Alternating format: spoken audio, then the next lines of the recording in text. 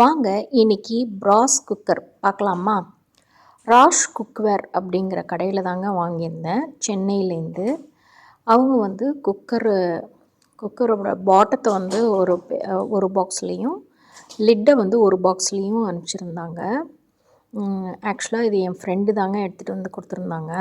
அவங்களுக்கு தான் தேங்க்ஸ் சொல்லணும். அவங்க அபுதாபிக்கு எடுத்துகிட்டு வந்து கொடுத்தாங்க. அபுதாபிலேருந்து இன்னொரு ஃப்ரெண்ட் எடுத்துகிட்டு வந்து கொடுத்தாங்க. ஸோ எனக்கு வந்து 2 பேரும் பயங்கரமாக ஹெல்ப் பண்ணாங்க. ஸோ நல்ல வெயிட்டாக இருந்ததுங்க குக்கரு. நல்ல ஃபினிஷிங்கும் இருந்துச்சு. நல்ல பேக்கிங்கும் நல்லா பண்ணியிருந்தாங்க. இது வந்து லிட்டுங்க. நல்ல பபிள் ரேப்லாம் போட்டு நல்லா பேக்கிங் பண்ணியிருந்தாங்க. எந்தவித ஸ்க்ராட்சு அந்த மாதிரி எதுவும் கிடையாது. இப்போ ஓப்பன் பண்ணுறது வந்து குக்கருங்க. இது ஒரு பாக்ஸில் தனியாக அனுப்பிச்சிருந்தாங்க. இது வந்து நான் ஆஃபரில் தாங்க வாங்கினேன். February மந்த்து ஆஃபரில் தான் வாங்கினேன். 6508ங்க. அது ஜிஎஸ்டி 20% டிஸ்கவுண்ட், இப்போ ஃப்ளாட் 20% டிஸ்கவுண்ட் கொடுத்துருந்தாங்க. டிஸ்கவுண்ட் போக 5832ங்க. இந்த மாதிரி தான் நல்லா. இது வந்து February மந்த்து ஆஃபர் அப்படின்னு போட்டிருந்தாங்க. அப்போ தான் வந்து மார்ச் மாதம் எங்கள் ஃப்ரெண்டு போயிருந்தப்போ எடுத்துகிட்டு வந்து கொடுத்தாங்க. குக்கர் நல்ல வெயிட்டு, நல்ல ஃபினிஷிங்லாம் பண்ணியிருந்தாங்க. உள்ளார வந்து அதுக்குரிய இந்த ஹேண்டில் இதெல்லாம் இருந்தது. எல்லாமே பக்காவாக பேக் பண்ணி கொடுத்துருந்தாங்க. லிட்டில் வந்து மட்டும் 2 ஸ்க்ரூ வந்து மிஸ்ஸிங்க. அது வந்து நான் வந்துட்டு இங்கே வந்துட்டு சரி போட்டுக்கலாம் அப்படின்ட்டு பார்த்தேன். அவங்க வந்துட்டு கடையில் வந்துட்டு இல்லை இதுக்கு போட தேவையில்லை அப்படின்னு சொல்லிட்டாங்க. சரின்னு ஓகே அப்படின்ட்டு டைட்டாக தான் இருக்குது ஸ்க்ரூ அப்படின்ட்டாங்க. இது வந்து வெயிட்டுங்க. அதுவும் ப்ராஸில் தான் கொடுத்துருந்தாங்க. லிட்டில் வந்து 2 இடத்துல வந்து அவங்க ஒரு இது வந்து ஸ்டீலு, ஒரு இடத்துல வந்து அலுமினியமாக என்னென்னு தெரிலங்க, அந்த மாதிரி கொடுத்துருந்தாங்க அந்த விசில் போடுற இடத்துக்கிட்ட. மற்றபடி குக்கர் வந்து 5 லிட்டரு குக்கருங்க. நல்ல பெருசாக நல்லாயிருக்கு. நல்ல ஃபினிஷிங் டச்லாம் நல்லா இருந்ததுங்க. எங்கேயும் கையெல்லாம் கிழிக்கல. நல்ல செம வெயிட்டுங்க. கொஞ்சம் மூடி போட்டு கழட்டுறதுக்கு கொஞ்சம் ஃபஸ்ட்டில் கஷ்டமாக இருக்குது. போக போக சரியாயிடும்னு நினைக்கிறேன். ரொம்ப டைட்டாக இருந்தது.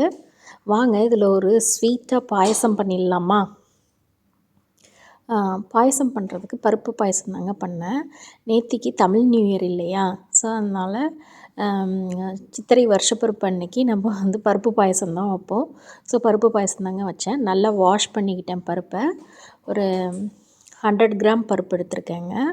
வாஷ் பண்ணிவிட்டு கொஞ்சோண்டு மஞ்சத்தூள், கொஞ்சோண்டு உப்பு, அப்புறம் வந்து கொஞ்சம் தண்ணிங்க. வெந்நீர் தான் ஊற்றினேன். ஊற்றிட்டு நல்லா ஒரு 3 விசில் விட்டேங்க. விசில் விட்டுட்டு பருப்பு நல்லா வெந்துருச்சுங்க. நான் வந்துட்டு இது ஹேண்டில் பண்ணுறதெல்லாம் கஷ்டமோ என்னமோன்ட்டு நினச்சேன். ஏன்னா நான் ஃபஸ்ட் டைமுங்க. எனக்கு இந்த பிராண்டை வந்து சொல்லலாமா வேணாமான்னு எனக்கு தெரியல. ஸோ அதனால் நான் பிராண்டை சொல்லலைங்க. இது வந்து எனக்கு தெரிஞ்ச பிராண்டு மாதிரி எனக்கு தெரியல. ஸோ அதனால் நான் சொல்லலை. ஸோ இந்த குக்கர் போட்டேங்க. விசில்லாம் கரெக்டாக வந்துச்சு. கொஞ்சம் இது ஆகுது, வெளியில் தண்ணி வருது. நான் கால் தான் வச்சுருந்தேன், பட் விசில்லேருந்து தண்ணி வருது. ஸோ அதுக்கு வேணுங்கிற அரேஞ்ச்மெண்ட் பண்ணிக்கணும். ஆனால் வந்து அப்படியே கோல்டு குக்கர் மாதிரி இருந்ததுங்க. பருப்பு நல்லா வெந்துருச்சு. நல்லா 3 விசில்லே நல்லா வெந்துருச்சுங்க.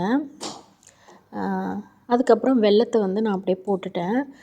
போட்டுட்டு கொஞ்சம் வெந்நீர் ஊற்றிட்டு கொஞ்சம் அப்படியே இலகல் கொடுத்தோன்னே மத்து வச்சு இடித்து கொடுத்துக்கிட்டேங்க வெல்லத்தை. உங்களுக்கு வேணுங்கிற அளவுக்கு ஸ்வீட் போட்டுக்குங்க. நான் 100 கிராமுக்கு வந்து இது சின்ன சின்ன பார்க்குறதுக்கு தாங்க பெருசாக இருக்க மாதிரி இருக்குது வெல்லம். சின்ன சின்ன பீஸு. ஸோ அதனால் நான் வந்து 4-5 போட்டுக்கிட்டேன். அந்த சூட்லேயே வந்து அது லைட்டாக மெல்ட் ஆகி வருங்க. அப்போ மத்து வச்சு கடைஞ்சிக்கிட்டேன். அந்த கிளிப்பிங்ஸ் வந்து இல்லை. கொஞ்சம் வேணுங்கிற அளவுக்கு தண்ணி ஊற்றிக்கிட்டேன். ரொம்பவும் தண்ணி ஊற்றிடாதீங்க, ஏன்னா அதுக்கப்புறம் நம்ம பால் வேறு யூஸ் பண்ணுவோம். அதனால் பாயசம் அளவுக்கு நீங்கள் வந்து எந்த அளவுக்கு திக்னஸ் வேணுமோ அந்த அளவுக்கு நீங்கள் வந்து தண்ணி ஊற்றிக்கிங்க. வெல்லம் இன்னும் கரையிலைங்க. நல்லா வந்து வெல்லம் வந்து இப்போ கரைஞ்ச பிறகு கொஞ்சம் ஏலக்காய், கொஞ்சோண்டு கரம் மசாலாங்க. கரம் மசாலான்னா பட்டை, கிராம்பு, ஏலக்காய் அது ஒரு சின்னதாக அது கொஞ்சமாக அது போட்டிங்க அப்படின்னா அது ஒரு ஃப்ளேவர் வருங்க. மற்றபடி நெய்யில் வந்து முந்திரி கிந்திரி ஒன்றும் தாளித்து போடலை. தேங்காய் வந்து நீங்கள் எவ்வளோக்கு எவ்வளோ நிறையா கொடுக்குறீங்களோ அவ்வளோக்கு அவ்வளோ அந்த பாயசம் வந்து சூப்பராக இருக்குங்க. அது ஆக்சுவலாக இந்த தேங்காவுக்கு வந்து பீஸ் பீஸாக கட் பண்ணி போடுவாங்க இந்த பாயசத்துக்கு. நான் வந்து திருவுனது தான் இருந்தது, அதனால நான் போட்டுக்கிட்டேங்க. பீஸ் பீஸாக போட்டிங்கன்னா இன்னுமே டேஸ்ட்டு சூப்பராக இருக்கும். நீங்கள் நெய்யில் கூட வதக்கி போட்டுக்கலாம். ஏலக்காய் பொடி வந்து ஒரு டீஸ்பூனுங்க. அதுக்கப்புறம் வந்து கொஞ்சோண்டு கரம் மசாலா. அவ்வளோதாங்க, பாயசம் ரெடி. கொஞ்சம் ஒரு கொதி வந்தோடனே இப்போ வந்துட்டு நம்ம வந்து நல்ல வெல்லம்லாம் கரைஞ்சி போயிடுச்சுங்க. இப்போ வந்துட்டு நம்ம வந்துட்டு கொஞ்சமாக பால் ஊற்றிக்கலாம். பால் ஊற்றிக்கிட்டு ஒரு கொதி வந்தோடனே நிறுத்திட வேண்டியதான். இப்போ ரொம்ப திக்காக இருக்குது, நல்ல ஒரு 2 கிளாஸ் நீங்கள் பால் ஊற்றிக்கலாம். உங்களுக்கு எந்த அளவுக்கு வந்து தண்ணி வேணுமோ அந்த அளவுக்கு நீங்கள் வந்து இது பண்ணிக்கிங்க. ஏன்னா பாயசம் வந்து கெட்டியாகிக்கும். ஸோ அதுக்கு தகுந்த மாதிரி வச்சுக்கோங்க. இன்கேஸ் ரொம்ப கெட்டியாயிடுச்சுன்னா திருப்பி பால் இன்னும் கொஞ்சம் ஆட் பண்ணிக்கிங்க. இப்போ கரெக்டான பதத்தில் இருக்குங்க.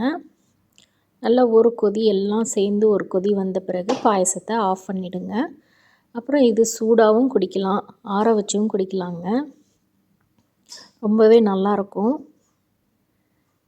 இது வந்து உடம்புக்கு வந்து ரொம்ப ரொம்ப குளிர்ச்சிங்க.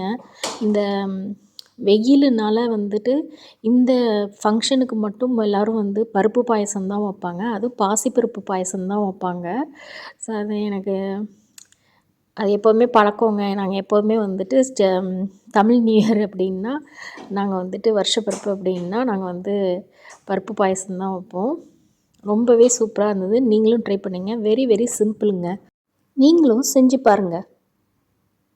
பாய் பாய்.